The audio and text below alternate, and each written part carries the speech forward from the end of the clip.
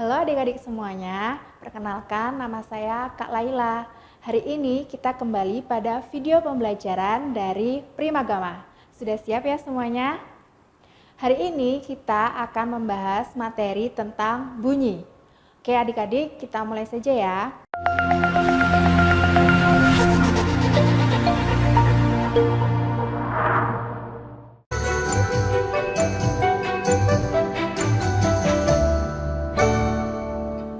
Yang pertama, pengertian bunyi. Bunyi merupakan getaran yang merambat melalui suatu medium. Nah, untuk syarat terjadinya bunyi, yang pertama, harus ada sumber bunyi. Contohnya misalkan sirine, atau yang kedua bisa berawal dari alat musik, atau misalkan juga dari suara, seperti Kak Laila. Yang kedua, harus ada zat medium atau perantara, bisa dari zat padat, zat cair, atau zat gas. Untuk gambar ini, contoh perantaranya adalah dari tali.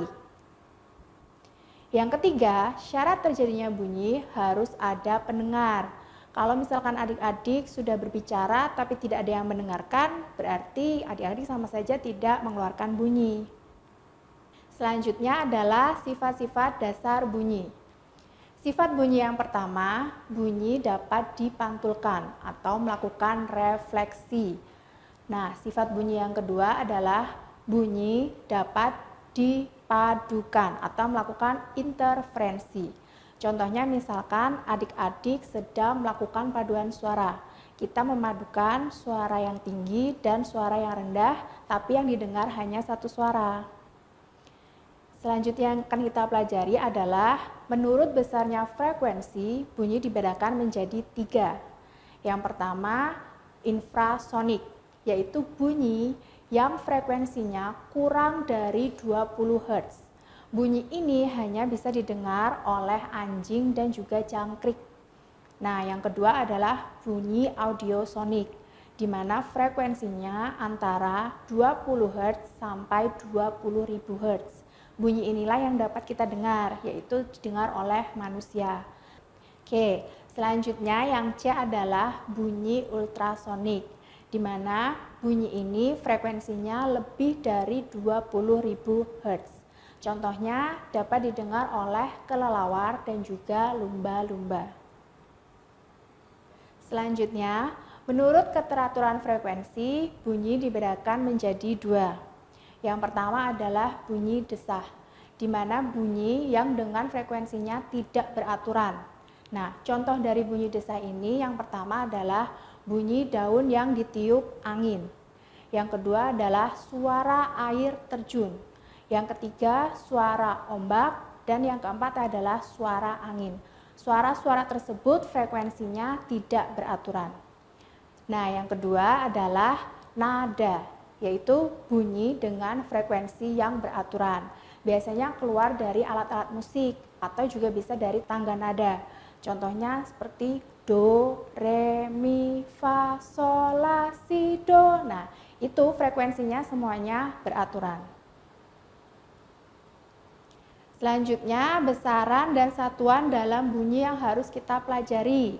Yang pertama, kita harus tahu berapa frekuensi bunyi. Frekuensi bisa dihitung dengan N per T.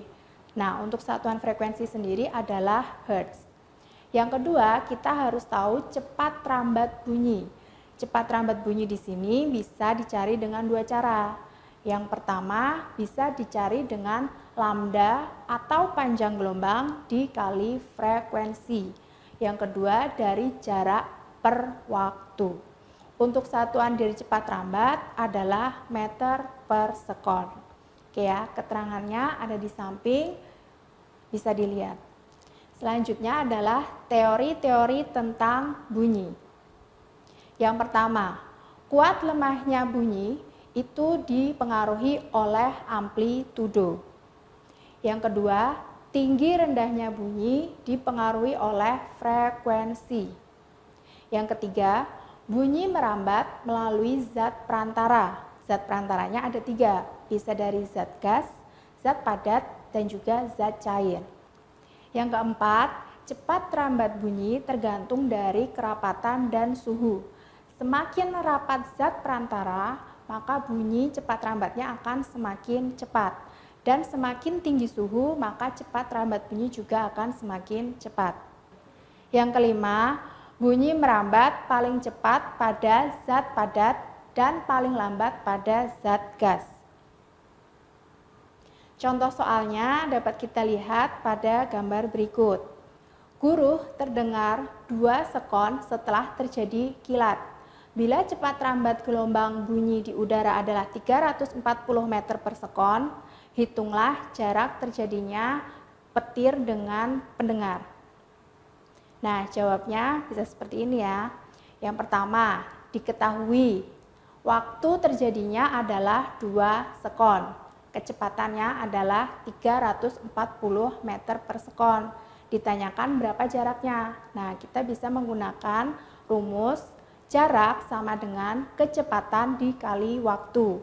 Jadi 340 dikali 2 yaitu 680 meter. Contoh soal yang kedua, frekuensi sebuah sumber bunyi adalah 400 Hz. Jika panjang gelombangnya adalah 50 cm, maka berapa cepat rambat gelombang bunyi tersebut? Jawabnya, yang pertama, diketahui frekuensi adalah 400 Hz. Lalu panjang gelombangnya adalah 50 cm. Nah, kita harus ubahnya menjadi meter, jadi 0,5 meter. Selanjutnya yang ditanyakan adalah kecepatan. Untuk mencari kecepatan, kita bisa menggunakan rumus panjang gelombang dikali frekuensi, yaitu 400 dikali 0,5. Jadi jawabannya adalah 200 meter per sekon. Selanjutnya yang akan kita pelajari adalah tentang pemantulan bunyi. Gelombang bunyi yang menemukan suatu penghalang, dia akan memantul. Bunyi mempunyai sudut seperti berikut. Nah, gambarannya bunyi pantul itu sama dengan bunyi datangnya. Nah, ini adalah gambaran untuk sudut pada gelombang bunyi. Hukum pemantulan bunyi dapat dituliskan seperti berikut. Bunyi datang, garis normal, dan bunyi pantul terletak pada suatu bidang datar. Sudut datang sama dengan sudut pantul. Ini adalah tentang hukum pemantulan bunyi. Selanjutnya adalah macam-macam bunyi pantul. Yang pertama adalah gaung, yaitu bunyi pantul yang terdengar hampir bersamaan dengan bunyi asli. Dengan adanya gaung, bunyi asli menjadi tidak jelas. Maka untuk mengurangi gaung, kita dapat menggunakan peredam dengan menggunakan busa, karton, dan karet. Nah, untuk itu juga kenapa saat kita menonton film di bioskop, kita juga harus menggunakan peredam yaitu berupa karet. Nah, yang kedua adalah gema, yaitu bunyi pantul yang terdengar setelah bunyi asli. Gema dapat digunakan untuk mengukur jarak atau mengukur kedalaman laut menggunakan sonar, yaitu sound navigation and ringing. Gema juga dapat digunakan untuk melihat pada USG. Bagaimana adik-adik penjelasan tentang materi tadi? Sudah cukup jelas bukan? Oke, materi nanti masih lanjut lagi loh ya. Pastikan adik-adik nonton sampai akhir video. Oh ya adik-adik, kakak mau tanya nih. Pernah nggak adik-adik mengalami ada tugas dari bapak atau ibu guru dan adik-adik kesulitan mengerjakannya? Atau adik-adik kurang memahami materi pelajaran tertentu yang diajarkan guru di sekolah? Jika jawaban pernah, maka tenang adik-adik, kakak punya solusinya. Dengan adik-adik belajar di Primagama, maka masalah tadi akan teratasi dengan baik. Karena Primagama memiliki fasilitas terbaik untuk mendampingi adik-adik belajar. Di antaranya, jika adik mengambil matematika, IPA, IPS, Bahasa Indonesia, maka adik-adik akan mendapatkan Masterbook, yaitu kumpulan materi di dalamnya. Dan Smart Exercise, yaitu kumpulan soal-soal di dalamnya. Untuk setiap bidang studi yang diambil, adik-adik akan belajar di Primagama 2 kali pertemuan setiap minggunya. Salah satu pertemuannya berisi layanan pendalaman materi yang di dalamnya adalah remedial, enrichment, dan consulting. Remedial adalah pengulangan materi yang belum dipahami. Sedangkan enrichment adalah pengayaan terhadap materi yang telah dipahami. Kemudian consulting adalah pendampingan untuk adik-adik yang mengalami kesulitan dalam pengerjaan tugas atau proses belajar. Metode belajar menggunakan Smart Solution yaitu metode belajar anak cerdas yang memudahkan siswa dalam memahami pelajaran dan mempercepat penyelesaian soal-soal. Serta fasilitas terbaik lainnya yang akan membuatmu semakin bagus nilainya, meningkat prestasinya sesuai dengan harapanmu dan orang tuamu. Untuk menikmati semua layanan terbaik dari Primagama, yuk segera daftar di kantor cabang Primagama terdekat di kotamu. Wujudkan merdeka belajar bersama Primagama. Oke adik-adik, untuk lebih memahami materi video tadi, yuk kita lanjut belajar lagi. Selanjutnya adalah bagaimana mencari rumus bunyi pantul. Nah, kita memiliki Smart Solution di sini. Yang pertama, jadi untuk mencari bunyi pantul, kita bisa mencari jarak, kecepatan maupun waktunya. Nah, di sini Kak Laila punya segitiga. Nah, apabila kita ingin mencari jaraknya, maka kecepatan dikali waktu. Nah, jadi di sini kenapa menggunakan 2S? Karena dia adalah bunyi pantul. Jadi jaraknya 2 kalinya. Nah, untuk mencari kecepatan, kita bisa menggunakan 2S per T. Sedangkan untuk mencari waktunya, kita bisa menggunakan 2S per V. Oke ya, untuk keterangannya seperti ini. Nah, manfaat bunyi. Manfaat bunyi yang pertama bisa digunakan untuk mengukur kedalaman laut. Yang kedua, untuk mendeteksi kerusakan pada logam. Yang ketiga, untuk mengukur ketebalan logam. Yang keempat, mendeteksi benda-benda di bawah laut. Dan yang kelima, membantu proses USG. Contoh soalnya, apabila benda memantul. Jadi yang pertama, contoh pada kapal. Jadi sebuah kapal mengirimkan gelombang bunyi ke dasar laut. Waktunya adalah 4 detik setelah bunyi dikeluarkan. Cepat rambat bunyi adalah 1400 meter per sekon. Maka berapa kedalamannya? Oke, diketahui waktu adalah 4 sekon. Kecepatan adalah 1400. Nah, untuk mencari kedalaman laut, kita bisa menggunakan rumus ini, yaitu S sama dengan V dikali T dibagi 2. Jadi mengukur kedalaman laut bisa dihitung 1400 dikali 4 dibagi 2. Jadi jawabannya adalah 2800. Oke ya, jadi gambarannya adalah seperti ini. Selanjutnya kita akan ke contoh soal nomor 2. Kapal pencari harta karun memancarkan bunyi ke dasar laut.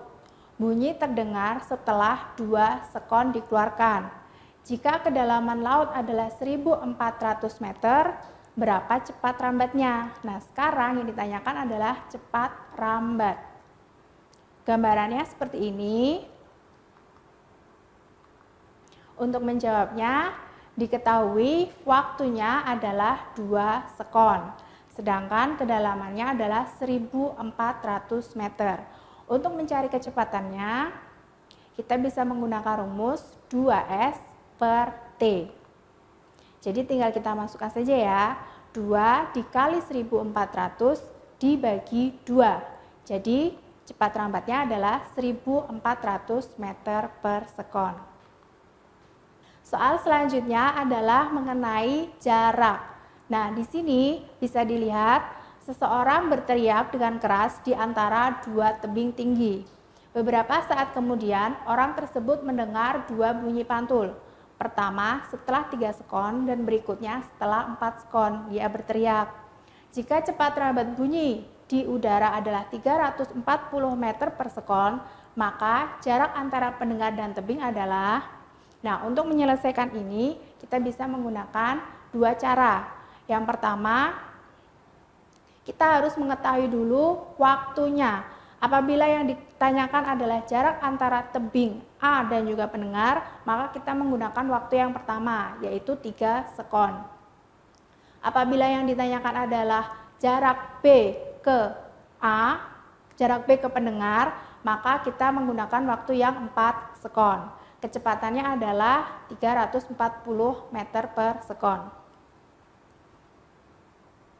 Untuk mencari jaraknya, kita menggunakan V kali T dibagi 2. Nah, apabila yang ditanyakan adalah jarak tebing A dan pendengar, maka kita menggunakan waktu yang A.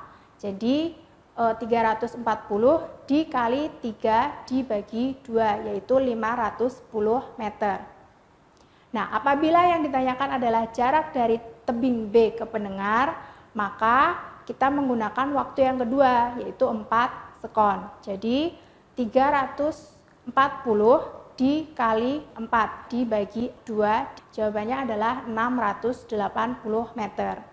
Nah, selanjutnya, apabila yang ditanyakan adalah jarak dari tebing A ke tebing B, maka kita bisa langsung menjumlahkan, seperti ini. Jadi 510 ditambah 680 sama dengan 1190 meter. Soal berikutnya hampir sama, tapi coba diperhatikan baik-baik ya. Seseorang berteriak keras di antara dua tebing. Beberapa saat kemudian orang tersebut mendengar dua bunyi pantul. Pertama 3 sekon dan yang kedua 4 sekon setelah bunyi pertama. Nah, ini perbedaannya. Jika cepat rabat bunyi di udara 340 meter per sekon, maka jarak di antara dua tebing adalah,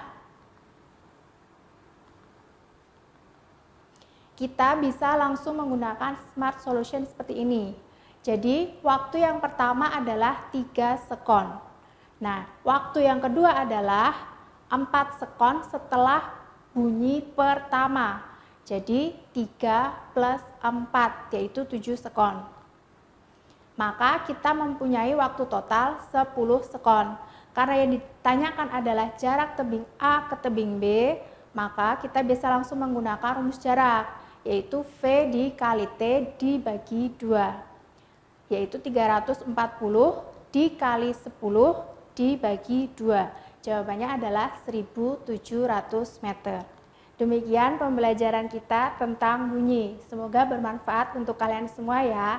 Sampai berjumpa lagi di video-video pembelajaran selanjutnya.